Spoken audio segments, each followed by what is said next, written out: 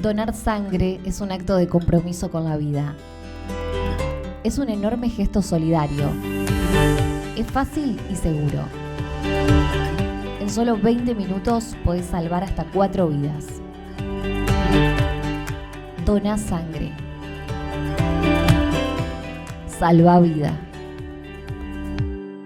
Gobierno de Entre Ríos. Hablábamos de privilegios, hablábamos de lo que es los fueros, hablamos de injusticias que se cometen y desniveles en esta sociedad actual que pensábamos que habíamos dejado atrás hace tanto tiempo en la historia. Y para charlar un poco de esto, reflexionar acerca de cómo estamos y cómo podemos salir, está hoy con nosotros de invitado Pedro D'Archés, que es abogado. Gracias por acompañarme. No, te agradezco yo la invitación, siempre es un placer charlar contigo.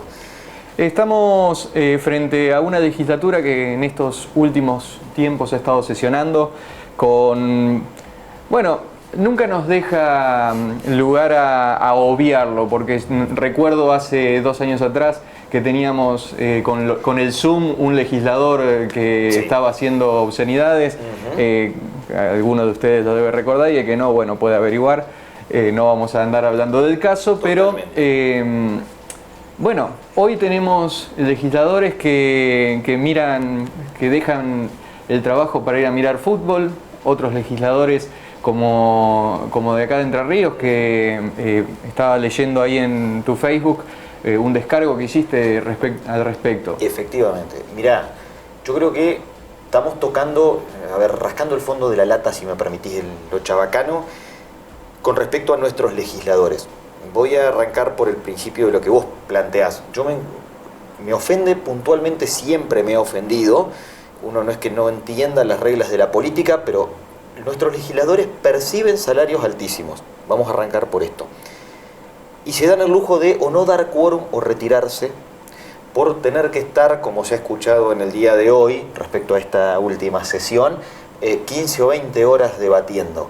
¿Qué le queda para un trabajador que trabaja 15 o 20 horas para llevar algo a su casa, un taxista, un remisero, algún cooperativista, changarines, y que obviamente no llevan esa fortuna a su casa? Cuando escuchan esto es una afrenta.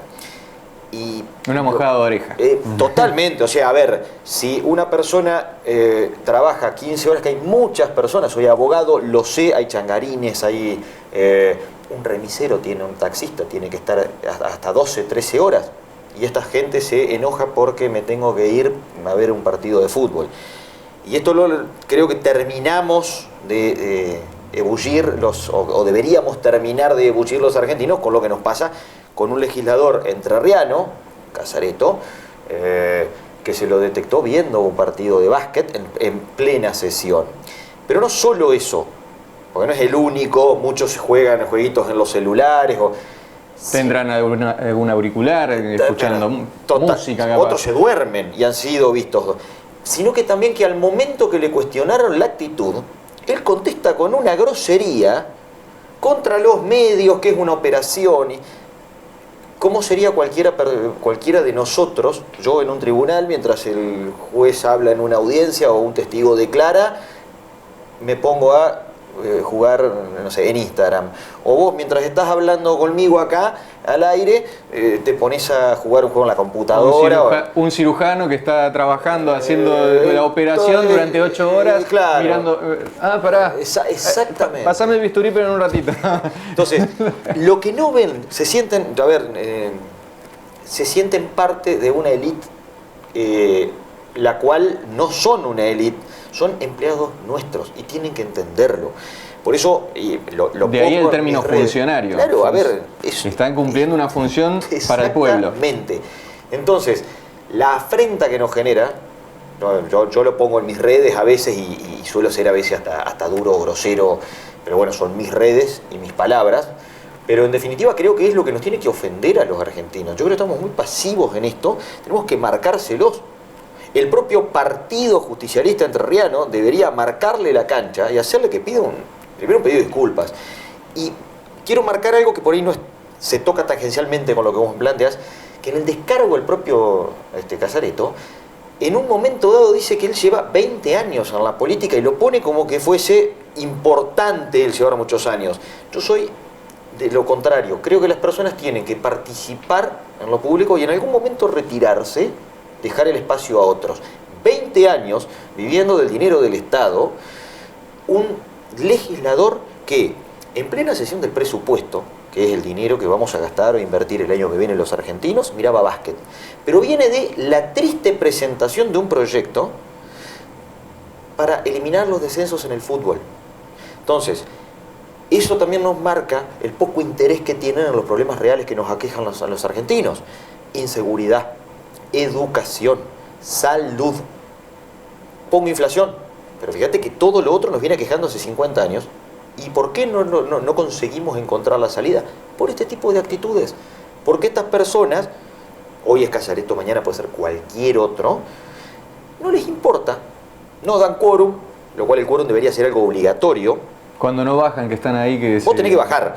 Yo entiendo el juego de la política. Como nene chico, no bajamos hasta que no... No bajo porque sé que voy a perder la votación. Bueno, la democracia es ganar y perder votaciones. Si a vos te eligen y sos el único de un bloque y sabés que vas a perder una votación, tu solución no es no doy quórum, es voy y trabajo. Un empleado de una casa de comercio que tenga mala onda con el supervisor dice, no, ¿sabes qué? No voy a ir porque no me lo quiero aguantar. No, ¿qué pasa? Lo sancionan y lo despiden. Esta gente es no voy a trabajar porque sé que pierdo una votación. No van a votar, tienen privilegios, tienen pasajes, tienen el desarraigo, incluso los que viven a un par de cuadras del Congreso. Se nos ríen en la cara. Y encima, que lo que nos tiene que enojar es cuando uno se los reprocha, a través de, uno me refiero a través del periodismo, que podemos entender también que algún periodista pueda ser un poco chicanero si se quiere. No creo que haya siempre inocentes en esto. Pero en vez de uno reconocer el error, decir, no, ¿saben qué? Me equivoqué. Estaba aburrido, me puse a ver básquet. Reconocer el error. No, se enoja y reta aún más, como que los equivocados somos nosotros. O sea, nosotros deberíamos pedirle disculpas por no haber apoyado un proyecto que él presentó para que no haya descensos en el fútbol. Y vale marcar que también es algo que no es potestad de un partido político, es decir, que esta cuestión no está cercenada solamente al oficialismo, que es a quien representa actualmente, sino también podemos marcar lo que fue, hablando de ausentarse, Milei el año pasado, con el presupuesto 2022 para este año, estaba Guzmán haciendo la presentación y se fue a dar una charla, a dar una presentación propia partidaria en Rosario. Es decir, o se enoja y se para y se va. Bien podríamos decir que es una característica de su concepción de que la política en sí es una casta, entonces puede ir quizás con el personaje y su personalidad. Es como una especie de revelación, podríamos... Sí, pero de todas maneras... Pero está también faltando el respeto a la sociedad que lo eligió para... Comparto totalmente. A ver, creo que le hemos charlado. Vos sabés, y por ahí los que me conocen saben, yo soy liberal. Y eso no hace que uno tenga que ser, o sea, justamente el ser liberal lleva a que uno pueda pensar por sí mismo. Claro. O sea, para mí Milei no está actuando bien. O sea, ¿Quién mejor que él para preguntarle a Guzmán en ese momento por qué esto? Exacta. Bueno, en esta sesión también se paró y se retiró al momento de tener que votar lo que ahora han dado a llamar el impuesto Milei, que es este pequeño impuesto que le han puesto a los pasajes. Y se le pone este título en la Cámara porque él justo se levanta y se retira. Nadie que cobre un sueldo, ya sea que lo done o no, o sea, después lo que él haga o no, es una cosa de él, pero nadie que tenga un cargo con obligaciones, nadie que trabaja y tiene obligaciones, puede deshacerse de esas obligaciones sin consultar. ¿A qué me refiero? No se puede, ni Milei, ni Casareto, ni D'Artés, ni nadie se debería levantar de una cámara y retirarse, salvo para ir al baño, a comer algo, tomar agua, si es muy larga la sesión, pero no retirarme, irme a mi casa, porque hoy se escucharon legisladores que se retiraron por sueño, por frío, porque no me gusta, porque pierdo. En definitiva, estamos manteniendo personas que no cumplen. Yo lo llevo a lo privado, que los privados somos los que sostenemos el sistema. Esto es así. Y obviamente los empleados estatales con su dinero cuando lo gastan. Pero vos pensalo de esta manera. Cualquier empleado, público o privado, saquemos esta discusión. Un empleado que porque tiene frío se va. ¿Qué hace el empleador? Lo despide, lo sanciona, lo suspende. nosotros tenemos legisladores que está en todo su derecho. Pero a ver, si yo estoy pagando un salario, cumpliendo, y con el pago del salario esa persona tiene que responder. Es como que me está hablando un cliente en la mitad de una audiencia mientras estamos negociando y digo, tengo frío porque no me traje el saco. Y esta camisa no abrí, entonces perdón, me voy. O me paro ahora, me retiro y te dejo solo con la cámara. Es una falta de educación. Ahí, digamos, lamentablemente son cosas que se vienen repitiendo hace 20 años y le hemos normalizado los argentinos. Es normal que el bloque minoritario o la oposición, hoy esta oposición, hace 4 años la otra, o sea, la oposición histórica en la Argentina lo que hace es, no tengo número, entonces no te doy yo, no para aprobar mi presupuesto no tengo números, no te doy número a vos entonces con el quórum, porque me vas a aprobar tu presupuesto. Entonces no te doy quórum. ¿Cómo no das quórum? Es obligatorio dar quórum si te estamos pagando un salario. Pero no solo te estamos pagando un salario, porque además usufructúan el título. Pues suponete, vamos a esto, dono mi sueldo, entonces no lo cobro, puedo hacer lo que quiero. No, tenés el título de senador, tenés el título de diputado, va en tu currículum, te enaltece, debería ser realmente de orgullo ocupar esos cargos. No, sin embargo, no son de orgullo. Hablan con una liviandad, se pelean, es lo más parecido a una pelea de una telenovela, de las viejas telenovelas de Canal 9. No en vano, paréntesis sobre esto, pero no en vano las telenovelas fueron decayendo y los programas de espectáculos se empezaron a concentrar, hasta los personajes, las personalidades que antes hablaban de espectáculos se empezaron a dedicar a la política. Totalmente. Pero cerrando ese paréntesis y continuando con esta cuestión de lo que sería un desprestigio de la institución, del cuerpo legislativo, mientras que los privilegios se mantienen dentro de ese espacio, me viene a la memoria también cuestiones como son el uso del cargo como escalón para candidatearse, como está pasando, por ejemplo, con el caso de Frigerio. Podríamos poner también dentro del mismo rubro Pedro Galimberti, que también está haciendo campaña hoy en día pensando en el futuro. Queda como, fíjate vos que hemos mencionado distintos tipos de partidos políticos que cada uno a su manera tienen ahí el cargo dentro del Congreso, y es un cargo que está por estar. Es como, sí, es realmente vergonzoso. ¿Cómo se podría cambiar? Porque efectivamente, por más que uno presente una queja, por más que uno haga una observación, te van a decir, o te van a responder mal, como está respondiendo Casareto, o te van a responder bien. Vos sabés que tenés razón, sí. ¿Y qué hay mira, no tengo una propuesta o una solución, pero es algo que sí uno... Como para pensarlo acá. No, totalmente. A ver, vamos así. Esto pasa porque vivimos en el país del olvido. O sea, la Argentina es el país del olvido. Yo hago algo, se me acusa de algo, o corrupto, lo que sea, como político, como estrella de cine, o en todos los rubros. Esto pasa en todos los rubros. Futbolista, periodista, llevarlo a todo punto. Pero a los 2 o 3 días pasa otra cosa que tapa esto. Entonces es el país del olvido. Sí. Esto permite que esto ocurra. Punto 1. Segundo, vivimos en elecciones permanentes. Quizás haya que empezar a hacer elecciones cada 4 años, o sea, sumar las legislativas, o sea, que no hace un medio término. Eso implica una reforma constitucional como la del 94. Es muy probable. Porque así fue lo que pasa es que ahí tomo lo que vos decís. ¿Por qué? Porque ahí es donde yo a esta propuesta le pongo un freno, porque para mí la palabra reforma constitucional, creo que hoy sociológicamente la Argentina no está preparada. No está preparada porque quienes tienen que hacerlo son ellos. Claro, es un problemón. pero además tocar esta constitución, que uno puede tener algunas críticas como entendido en la materia, también, sí. Pero puede ser un peligro. Entonces, saquemos esta opción, entendamos, y quizás lo que haya que encontrar es alguna cuestión en las leyes que regulan la materia legislativa respecto a, por ejemplo, prohibir que quien está en un cargo pueda postularse para otro hasta que no termine su mandato. Entonces eso te obliga, porque lo que vos planteas es correcto. Yo estoy como senador provincial, pero como tengo alguna proyección nacional, empiezo a caminar la nación el último año de mi mandato, o sea, o los 2 últimos años o 3, porque me voy a proyectar hacia la... Entonces ya desatiendo. Ahora, si yo no puedo hasta que no termino mi cargo presentarme a otro, esto significa que tengo que terminar. Y recién cuando termino, y hay otra cosa, esto generaría... No sé si me explico en el punto. Totalmente. Yo termino como legislador en terreno y debería pasar por lo menos un año para volver a poder presentarme. Esto generaría la renovación en la política. Voy a tomar la palabra casta. O un trabajo más firme en lo que tenés que hacer también. Pero a ver, yo tengo que terminar un mandato. Debería ser hasta, por eso hoy volvemos a lo del quórum.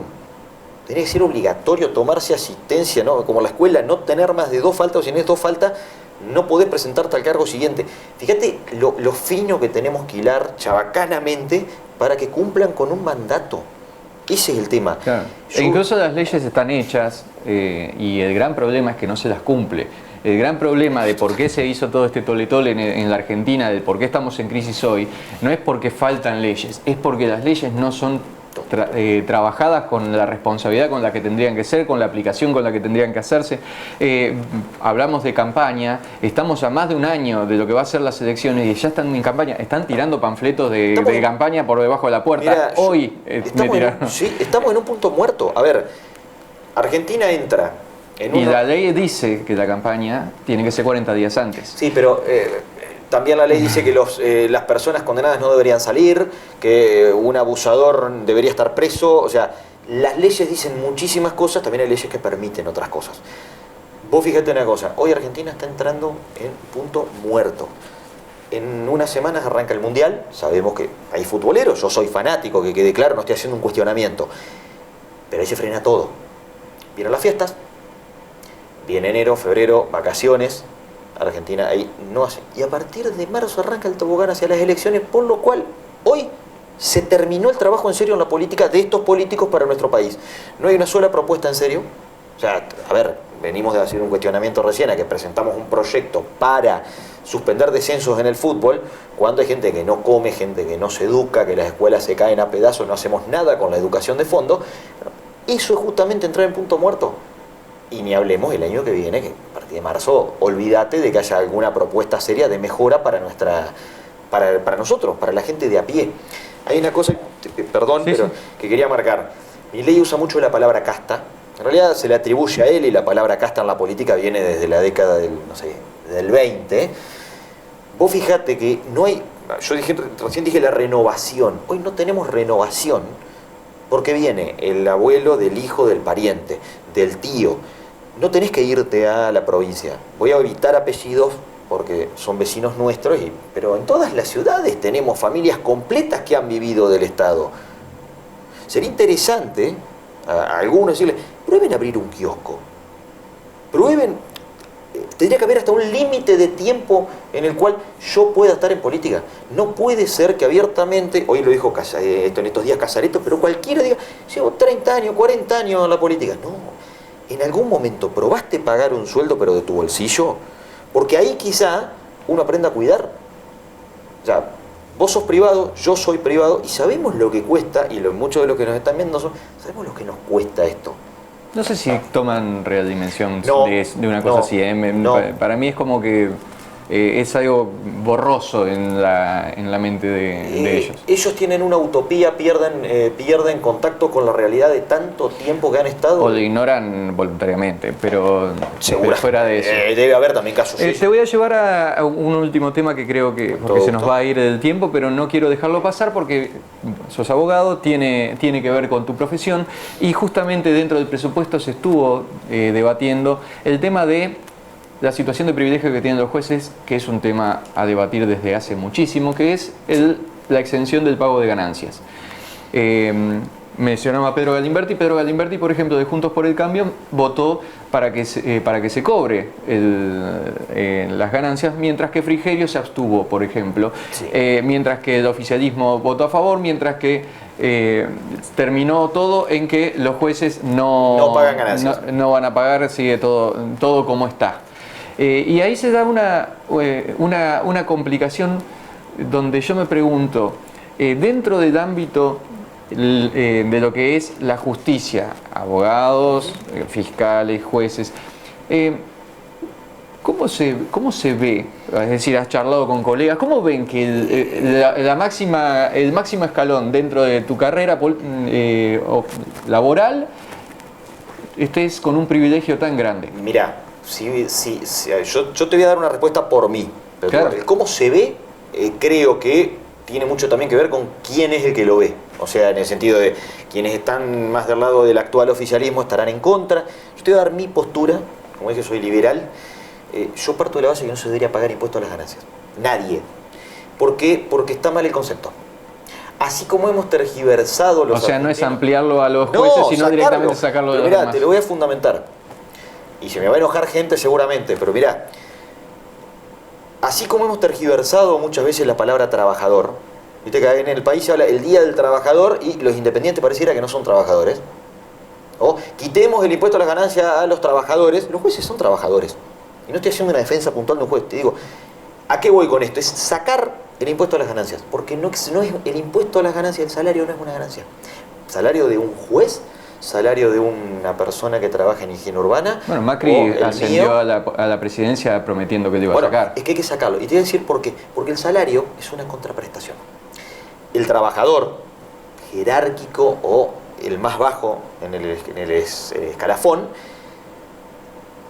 presta un servicio que es poner su tiempo a disposición de, o sea, el juez haciendo sentencias, llevando adelante un proceso, un trabajador en tribunales llevando el expediente al día y así dictando resoluciones, un trabajador en un comercio atendiendo las ventas, vos o yo, ¿no? Prestando nuestros servicios a cambio de que todos lo prestamos a cambio de dinero. Es una contraprestación, no una ganancia. Ganancia sería, compro un auto, lo restauro un poquito y lo vendo. Revendo. La ganancia está en el mayor valor. Acá no hay mayor valor. Acá lo que hay es una contraprestación. Entonces, ¿qué pasa? Se confunde con la vieja idea cuando nace el impuesto a las ganancias en otros países, pasa que nosotros copiamos y después tergiversamos, con el impuesto a las grandes fortunas. Quizás que tengamos que quitar el impuesto a las ganancias y discutir qué es una gran fortuna, qué es, y ahí sí que es lo que se hace en otros países. El impuesto a las ganancias en otros países es un impuesto a la grande fortuna. Lo que pasa es que en este país todo se tergiversa y tenés impuesto a las grandes fortunas, el impuesto a las ganancias. El impuesto a las ganancias lo paga todo el mundo. O sea, te corren hoy un poquito el arco, pero la inflación te lleva de nuevo a que caer adentro del arco. Hay que sacar el impuesto a las ganancias. El Estado alguna vez deberá entender que no puede seguir grabándonos la vida a los ciudadanos de a pie a cambio de seguir no brindándonos servicio. Nosotros estamos pagando impuestos del primer mundo y tenemos servicios que creo que a veces ni en el tercer mundo hay. Probemos alguna vez con hacer, y esto no quiere decir como liberal, porque también hay otra confusión que se suele decir los neoliberales y la derecha. Los liberales no somos de derecha, somos liberales y no creemos en derechas o izquierdas. Yo personalmente creo, eliminemos el impuesto a las ganancias y no es achicar el Estado, es hacerlo eficiente. Y voy a poner un clarito ejemplo y vos me cortás cuando quieras por el tiempo. Hay ciudades en nuestra provincia que no tienen oficinas de AFIP. Hay ciudades, está bien, hoy es casi todo online, pero hay ciudades en nuestra provincia, pongo AFIP, pero puede ser ANSES o cualquier repartición estatal, nacional o provincial, que están superpobladas en algunas ciudades de empleados. Donde vos entrás y hay empleados que no es que sobren, porque no creo que haya que... Sin embargo, siguen entrando gente al Estado. ¿No sería mejor ir a, por ejemplo, Rosario del Tala no tiene una oficina de AFIP? ¿No sería mejor empezar a decir, che, ¿por qué no llevamos el servicio al ciudadano? Porque la gente de Rosario del Tala está pagando sus impuestos. ¿Qué diríamos nosotros si aduana y AFIP cierra y dicen vamos a centralizar en Gualeguay? Entonces, es hacer eficiente el Estado, no es achicarlo, es hacerlo eficiente. Porque achicar el Estado significa generar desempleo, significa perder servicios. El Estado tiene que brindar servicios. O sea, yo como liberal acepto ese tipo de discusión. Siempre digo, yo discuto con un socialista porque es mi par. Lo que vemos es distinto el camino de cómo llegar, pero el objetivo siempre es el mismo. Ahora bien, también que nos saquen un poquito el pie al resto. Porque para mantener un Estado totalmente ineficiente, entonces yo no tengo seguridad, tengo que pagar la garita en la esquina de mi casa. Pero llévalo a todo. Como la escuela, no, pagamos una cooperadora. Tenemos un hospital público, la salud pública, eso sí. ¿Quién sostiene la neo de nuestro hospital en Gualeguaychú? Capullo. Un privado. Entonces, no es tan público todo. No tenemos buenos servicios. Las escuelas tienen la famosa cooperadora, que son los padres que hacen rifas, venden tortas fritas, juntan plata para acompañar a la escuela. Y los sectores más vulnerables tienen merenderos. Ah, bueno, ni hablar. Ahora, esa gente, cerramos con esto para que se entienda, esa gente, cuando va y compra algo, paga un IVA del 21%. paga ingresos brutos en los pequeños emprendimientos. Esa gente está sosteniendo algo que encima después tiene que ayudar a sostener. Esa gente, o sea, mi dinero, el tuyo, el de esas personas, la gente que va al merendero, pero que también gasta en nuestra ciudad, cuando va al hospital, no lo atienden solamente porque es público. También está colaborando con Capullo que le compra... Entonces, en definitiva, lo está sosteniendo por dos lados. Eso es lo que quiero marcar. Por eso creo que alguna vez habría que probar que el Estado sea eficiente, que es lo que hacemos en nuestras casas. Gastamos lo que nos entra. O sea, yo tengo el auto que puedo tener y lo tengo si lo puedo tener. Tuve mucho tiempo sin un auto porque lo vendí para hacer mi casa. Y si no sos eficiente, sabes las consecuencias. No hubiese, claro, ahí va. Entonces, el Estado debería ser eficiente y vuelvo a lo de impuestos a la gente. Saquemos alguna vez impuestos. Probemos lo que nunca se hizo en este país. Porque este país ha probado, según el cuento que leamos y de qué lado es, hemos probado populismo, hemos probado el neoliberalismo, la derecha, la izquierda. Lo que no probamos nunca es la lógica de bajar los impuestos. Y olvidémonos, si viene el socialismo, saquemos los ismos. Bajemos impuestos. Nunca se probó en la Argentina la baja de impuestos. La baja real de impuestos. Que vos me bajé el IVA del 21 al 20,5. Voy a llevar el piso de techo de ganancia. El piso de ganancia. Ahora, si vos sacás la ganancia, probemos. Nadie debería pagar impuestos a las ganancias. Nadie. ¿Por qué? Porque no hay ganancia. Ya veremos más adelante armar una charla, debate junto con otros referentes. Gracias, Pedro, por haber estado y bueno, gracias a vos. Veremos cómo continúan las sesiones en los próximos días y semanas. Conformémonos que continúen, que no la suspendan. Ya creo que con eso es un avance. Esperemos que el Mundial no sea una excusa. Totalmente. Yo te agradezco a vos en serio la invitación. Pedro D'Artés pasó por Territorio Político. Vamos a una pausa y ya volvemos con más temas para poder abordar.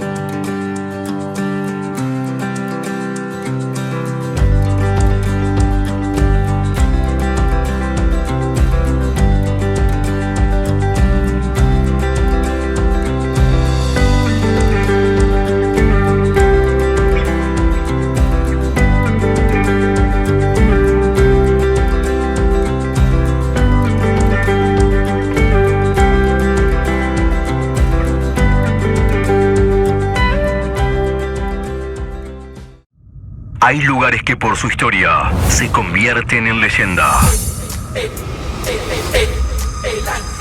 El Ángel. El Ángel.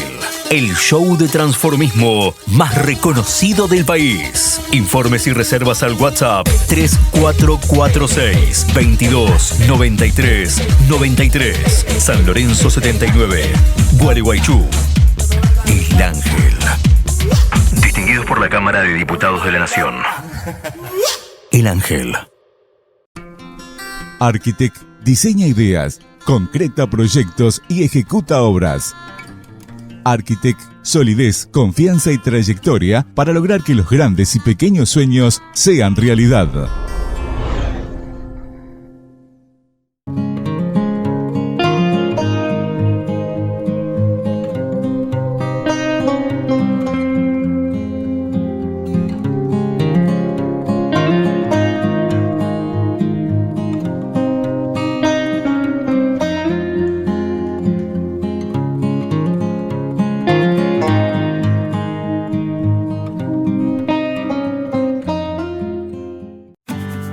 Secriar, una fábrica familiar de Gualeguaychú. Trabajos en aluminio, atención personalizada y muy buenos precios. Secriar, Avenida General Artigas 1900. Donar sangre es un acto de compromiso con la vida.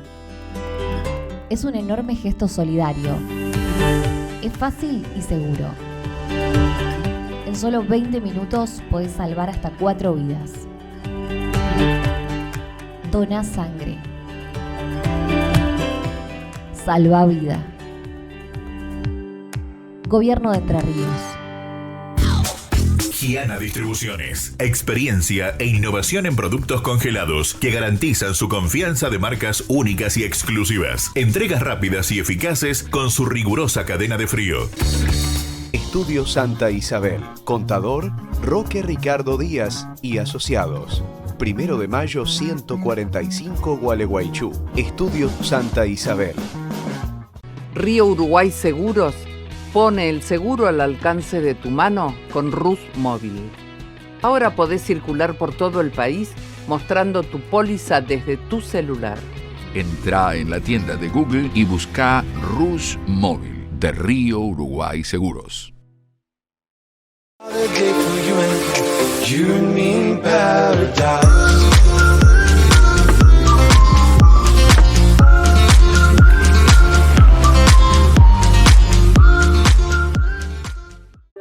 Oficina de Arquitectura Contemporánea. Trabajamos para que consigas tus propósitos.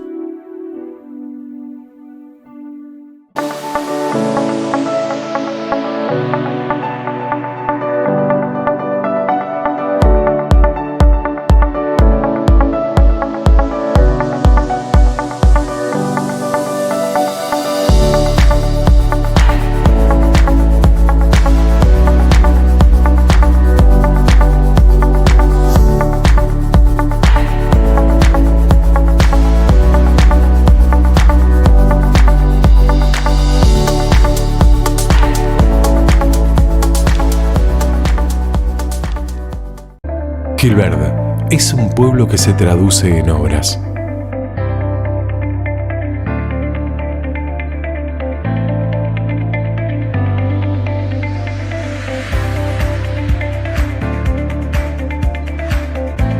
Es un pueblo que no se olvida de su gente. Es un pueblo que se traduce en compromiso. Trabajamos en ser más accesibles. Gilverde, un pueblo que crece haciéndolo juntos.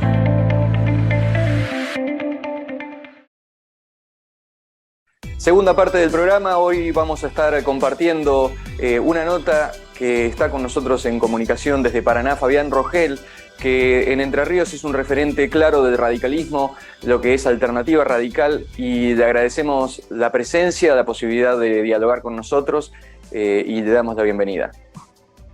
¿Cómo estás? A vos y a toda tu audiencia, y particularmente a los vecinos y amigos de Gualeguaychú. Fabián, en materia política estamos atravesando una crisis que golpea en distintos sectores de distintas maneras, y algo que vengo diciendo desde hace tiempo es que estamos en lo que sería la campaña política más larga de la historia, porque estamos a más de un año de lo que van a ser las elecciones y se está haciendo campaña, se está haciendo ya la presentación de quiénes van a ser los precandidatos. Justamente usted está en Paraná porque ayer se presentó el candidato Sergio Avero para ser justamente quien lidere la candidatura por su espacio en la ciudad. Yo entiendo a aquellos que, por ejemplo, no se encuentran en funciones dentro de una ciudad, dentro de un municipio o dentro de una legislatura, que tengan la necesidad de mostrarse como referente, como para que ir construyendo la imagen al momento de pensar en una candidatura a futuro. Pero no estamos como muy adelantados, o es tan fuerte la crisis que amerita que estemos pensando en la campaña del año que viene. Buena pregunta. No me refiero a vos, al medio donde estamos haciendo esta nota, sino los medios de concentración importantes que tiene este país, son los que están en un estado de agitación y de excitación permanente. Y eso va generando, sin que lo quieran los propios dirigentes políticos, va generando la conciencia en la cabeza de la gente como una necesidad de que este gobierno no funciona, de que este gobierno se termina, que se tiene que ir. Un Estado retrotrayendo nuestras cuestiones anterior al 83 y hace que la gente viva en un estado de expectativa, bueno, y lleva a la dirigencia política también a sumarse a esta cuestión. Pero sí, además, creo que la situación económica y social del país amerita también una necesidad de cambio y le va dando a la gente la sensación de que si vienen las elecciones se va a votar una cosa que va a cambiar otra, y desde mi punto de vista, quienes gobiernan deberían gobernar, quienes hacen la oposición deberían dedicarse a eso y después dedicarse a la cuestión electoral. No se puede vivir de manera permanente en cuestiones electorales, sino cuál es el tiempo que tenemos para pensar en nuestros representados. Yo veo como vos que hay un estado de excitación permanente, ya lo vi con la pandemia, además de una pandemia que nos colocó a toda una situación en el mundo muy particular, donde los medios también, el debate era si había o no había pandemia, y vos tenías al lado tuyo un padre, una madre, un hermano, una esposa que había tenido COVID, entonces hasta eso se estaba debatiendo y se ponía ante la política. Bueno, desde ahí en más, yo observo que hay lo que vos decís, ¿no? Un estado de agitación y de expectativa política demasiado adelantado. Bueno, en el caso mío, yo hace 40 años hago política, ¿no? Y lo hago no en términos electorales, sino hago pensando muy humildemente. He sido convencional, redactamos la Constitución, he sido diputado de la provincia, presidente del bloque, he sido diputado de la Nación, vicepresidente del bloque con Mario Negri, presidí en el gobierno nacional anterior la Caja de Jubilación en las Fuerzas Armadas. Es decir, hace 40 años que nosotros estamos tratando de poner el oído en la gente, en el pueblo, para ver qué es lo que podemos hacer, para mejorar y para cambiar. Pero sí, observo un estado de agitación demasiado anticipado en lo que debería ser, sobre todo porque hay gente electa para cumplir funciones, ¿no? Este lapso de 40 años trabajando dentro de la política, tratando, como bien dice usted, de acercar el oído a las problemáticas de la gente, ¿no estamos un poco en deuda en ese sentido? ¿No estamos encontrando que las respuestas nunca llegaron? Bueno, anoche, increíblemente, lo presentamos a Sergio Avero, un abogado, docente, en fin, de un apego hacia el radicalismo de muchos años como candidato a intendente de la ciudad de Paraná, que le va a acompañar a la candidatura a gobernador. Y lo decía yo anoche, ¿no? Siempre hay que estar expectante, porque cuando uno pone alguna mirada crítica, razonable sobre estas cosas, aparecen estos sectores de centro y centro-derecha, que en muchos casos son antidemocráticos y que de Europa están reverdeciendo algunas cosas que yo ya parecía que habían muerto. Por ejemplo, el actual primer ministro de Inglaterra, de España, de Francia, con un centro derecha que cuestiona la propia democracia.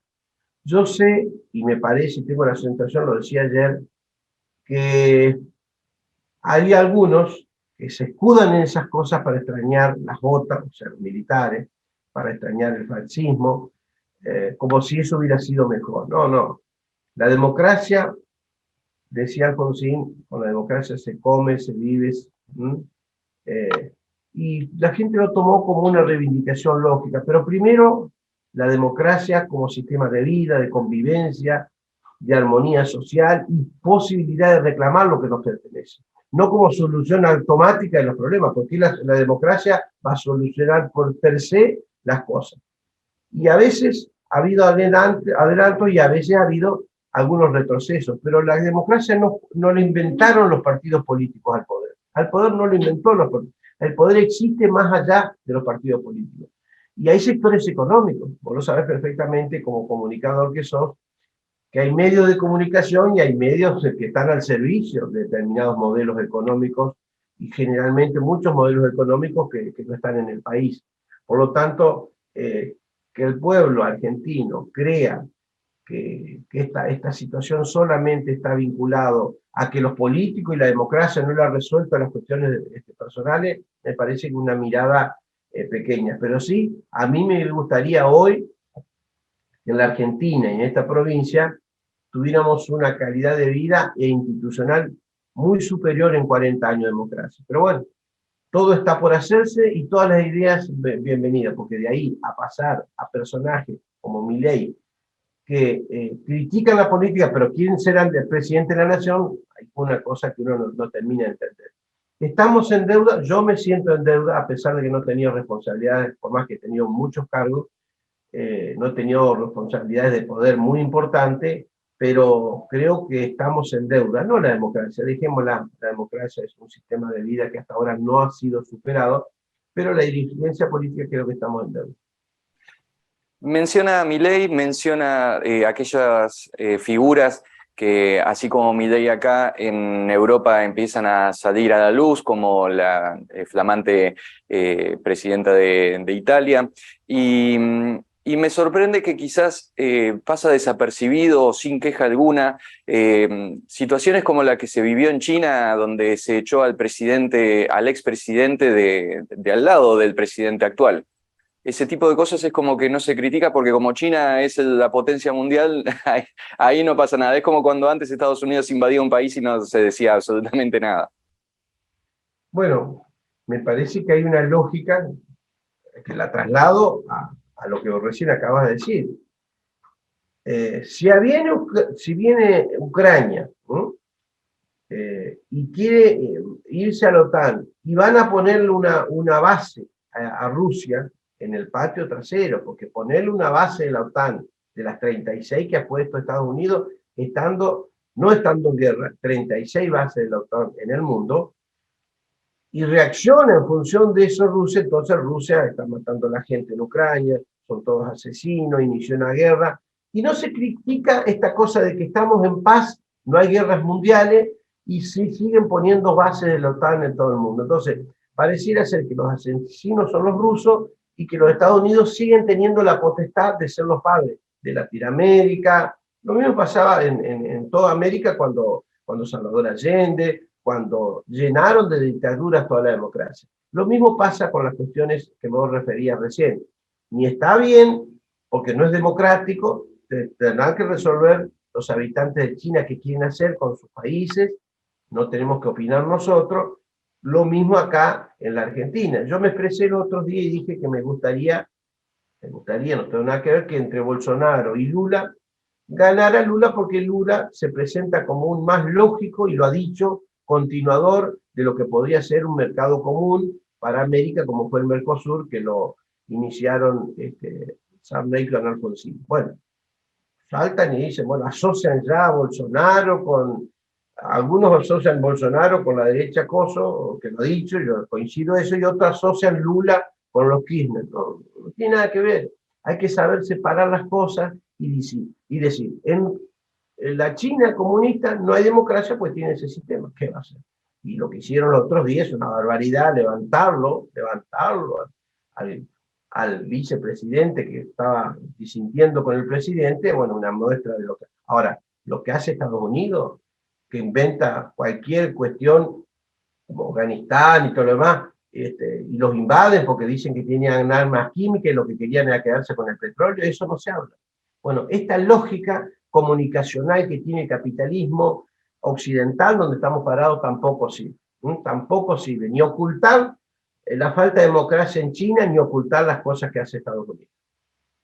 Me gustaría, es apasionante lo que es la cuestión a nivel internacional, pero quisiera volver a la cuestión local, yendo a la parte provincial. Usted mencionó al pasar que aspira a la gobernación y no es la primera vez que ha participado justamente en esa puja. Y quisiera conocer un poco la visión que usted tiene. ¿Cómo?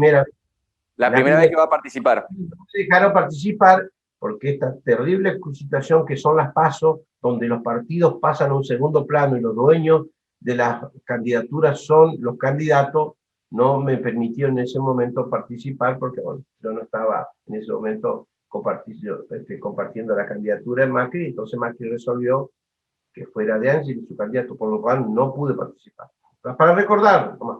Está bueno que lo recuerde porque en este momento ese espacio político que usted está mencionando es el que está diciendo que las PASO no tienen que ser sacadas, como para recordar. Y bueno, ¿cómo ve la provincia hoy?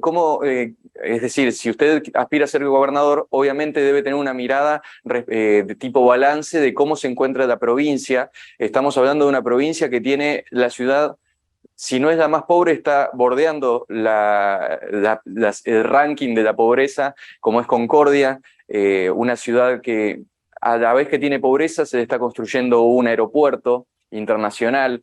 ¿Cómo ve esos altibajos, esos contrastes tan fuertes dentro de nuestra provincia? Te lo voy a hacer muy concreto, para no tener que dar explicaciones muy largas. Hace 169 años, por poner 1853 como piedra basal, Entre Ríos, 1853, discutía, hace 169 años, de igual a igual con Buenos Aires, qué país queríamos ser. Eso era Entre Ríos, discutíamos qué país queríamos ser. Hoy, 169 años después, somos la hermana pobre de la región centro, junto con Córdoba y Buenos Aires. Perdón, con Córdoba y Santa Fe. ¿Qué ha pasado? ¿Hubo algo terrible que nos hizo retroceder tanto?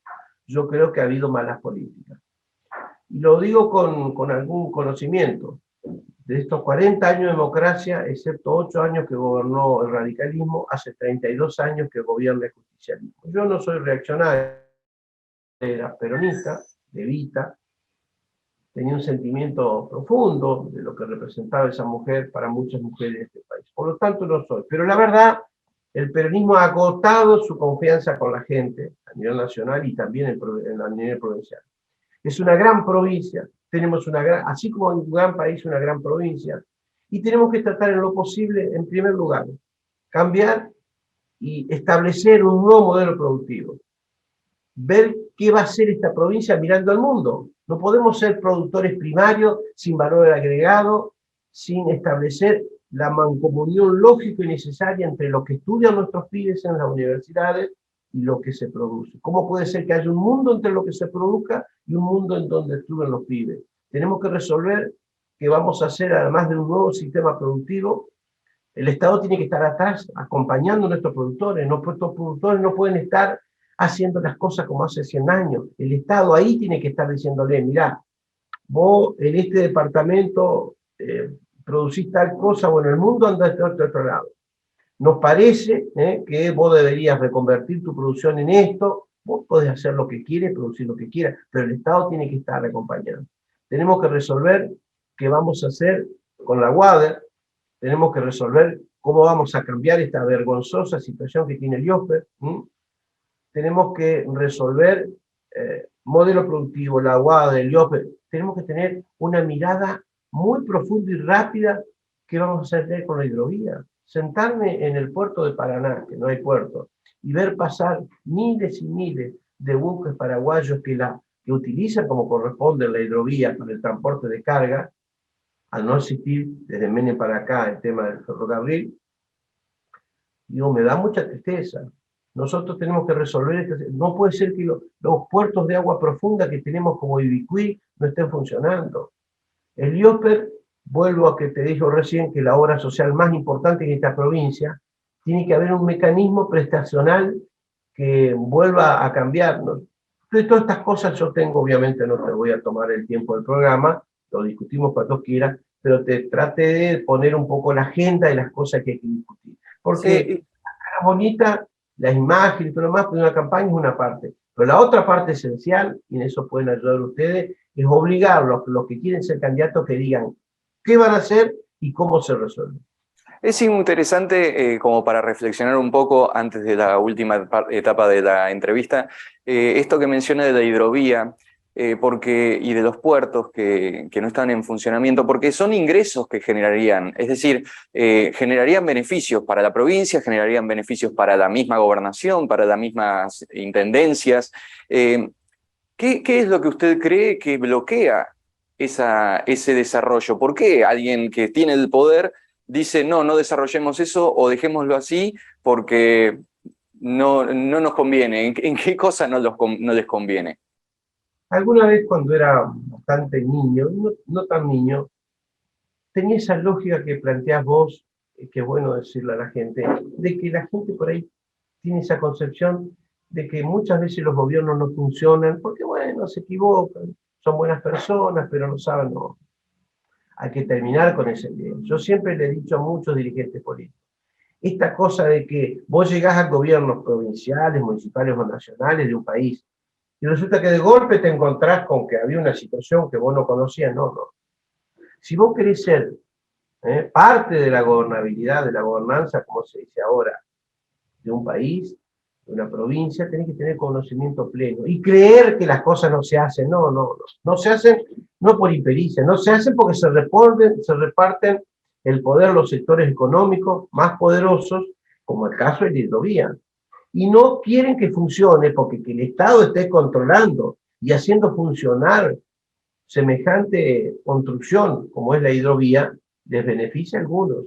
Nosotros tenemos, por ejemplo, todavía, ¿no?, de la época de Menem para acá, todo el desarrollo que tiene que ver con el transporte fluvial, mirando Buenos Aires, absolutamente. Los puertos más profundos hay que ir a Rosario, hay que ir a Rosario, o algún puerto que esté sobre la costa de Santa Fe, porque son donde se concentraron desde la época de Menem las concesiones. Hay que terminar con concesiones que tienen más de 40 años. No voy a dar nombre y apellido, pero hay concesiones de personas que ni siquiera realizan lo que es el mantenimiento y todos los puertos confluyen hacia Buenos Aires. Hay intereses económicos, cuanto menos se invierte mejor y cuanto más se utiliza para que la gente le salga más caro el transporte de los productos primarios que elabora este país, es un negocio que algunos persiguen. Muchas veces no hay impericia. Hay negocios en el cual el no funcionamiento de las cosas les funciona a ellos. Entendiendo esos intereses, ¿cómo se puede enfrentar a esos intereses? Cuando Néstor Kirchner con Cristina enfrentaron la cuestión de lo que fue la pelea con el campo, tuvieron una desestabilización a nivel nacional. Cuando hablamos de la hidrovía, estamos hablando incluso de intereses hasta internacionales ahí. ¿Cómo cree que una gobernación está en condiciones de enfrentar a semejantes poderes, enquistados hace 40 años? Y la política tiene tácticas y estrategias, ¿no? No voy a inventar nada. Creo que con el tema del campo, el debate era un debate importante, pero a mancomunar, por un error político de Cristina Kirchner, mancomunar la Federación Agraria con la sociedad rural, un enorme error. Sí, yo no estoy juzgando la situación, sino lo que implica cuando se ponen en juego peleas así tan fuertes. Bueno, el poder tiene que tener la habilidad, no digo astucia porque no me gusta una palabra menor para mí, pero tiene que tener la habilidad de ser nacional en lo que corresponde y velar por los grandes intereses de la nación y del pueblo. Ahí, a mancomunar por fobias, por peleas, los sectores productivos más chicos con los más grandes, que no han tenido que ver con el desarrollo pleno de la nación, es un error político. Y ahí se hace más difícil. Las políticas de Estado establecen una correlación de fuerza muy importante, pero además la provincia donde vivimos, usted y yo, se llama Entre Ríos. Entonces, nosotros, porque estamos estableciendo junto con Corrientes, Misiones y la provincia de Buenos Aires y Santa Fe, tenemos que establecer en esa hidrovía una mesa de consenso, tenemos intereses comunes, que va a ser muy poderoso. Y no es el manejo de nuestras vías navegables, no es un gran secreto. En la medida que nosotros establezcamos consensos entre estas provincias donde circula la hidrovía y establezcamos de alguna manera continuidad, porque eso son las políticas de Estado. Yo gané las elecciones, voy a tener impronta, voy a tener mis funcionarios, voy a tener estas medidas. Ahora, las cuestiones estructurales, como las políticas de Estado en materia educativa, de salud, esta cuestión de la hidrovía y todo lo demás, eso debe ser inalterable. El país en 40 años de democracia tiene que ir a políticas de Estado, porque ahí los grandes intereses retroceden. Última pregunta, tiene que ver con nuestro país vecino, Uruguay. Es un potencial de fraternidad que hoy los vemos recorriendo nuestras ciudades por una ventaja económica, una ventaja del tipo de cambio, restricciones que se están poniendo más estrictos en las fronteras por el tema del paso de la mercadería de un lado al otro, como si fueran ahora grandes justicieros de las transacciones, que siempre el pueblo es el que termina pagando los platos rotos de una política mal hecha. Y veo que Uruguay es una especie de hermano con un gran potencial para desarrollar trabajos en conjunto, para desarrollarse tanto ellos como nosotros, y está ahí como primarizado lo que es el trabajo entre estas dos grandes fuerzas políticas, un país y nuestra provincia. ¿Cómo ve eso? ¿Es posible cambiar lo que hoy está pasando? En primer lugar, quiero recordar en eso que hablaste hoy al principio, lo que era la democracia en el 83, cruzar a Chile, a Uruguay, era una cosa tediosa. Alfonsín y los gobiernos chilenos, brasileros y uruguayos hicieron muchísimo para romper ese aislamiento que les servía a algunos, que tenían pequeñas estrategias militares que yo nunca las voy a comprender. Hemos avanzado, pero bueno, las crisis económicas de cada país hacen que en estas situaciones económicas la diferencia de precios, los procesos inflacionarios hagan que haya estos contrabando hormiga penoso. Nosotros nos ha ocurrido al revés, no hace poco, hace 4 o 5 años, recuerdo cuando los argentinos iban a Uruguay o iban a Chile, porque estaban las cosas, la diferencia cambiaria era favorable a la Argentina. Creo que la actual situación nacional tendrá que repensarse. Si el actual gobierno nacional no continúa su mandato, y si nos toca a nosotros en esta coalición, también tendremos que resolver. Porque estuve mirando anoche el nivel de crecimiento de la deuda y lo que hay que pagar de aquí a 5 años y 6, es una cosa monstruosa.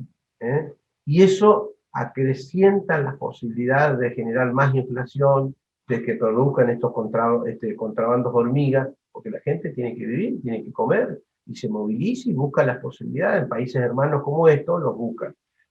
Creo, por eso termino diciéndote, que cuando uno observa lo que ocurre, no para opinar sobre lo que tienen que hacer los brasileños, los uruguayos, los chilenos, lo piensa en función de una idea común. Me definí yo y saludé el triunfo, y deseo que sea así, de Lula, no porque algunos creen, no, que Lula es, no asociemos, Lula es Lula y defiende los intereses de su país. Que tenga alguna afinidad con algún dirigente político de la Argentina, a eso a mí no me preocupa. Sí sé que Lula se ha definido claramente en favor de la distribución de la riqueza de su pueblo. La gente pasó a comer y a vivir mejor en Brasil con Lula, y él es un defensor de lo que hizo Raúl Alfonsín. Raúl Alfonsín con Sarney, que fue el Mercosur. Entonces, ahí hay que lograr también en América buscar, como buscó la Comunidad Económica Europea, una región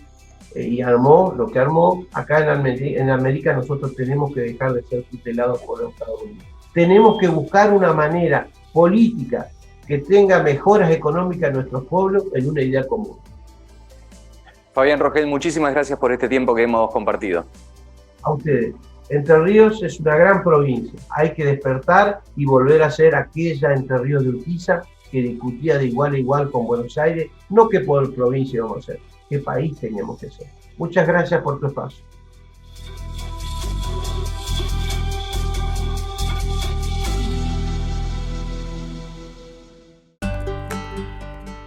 Donar sangre es un acto de compromiso con la vida.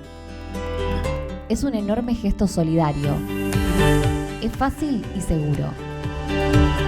En solo 20 minutos podés salvar hasta 4 vidas.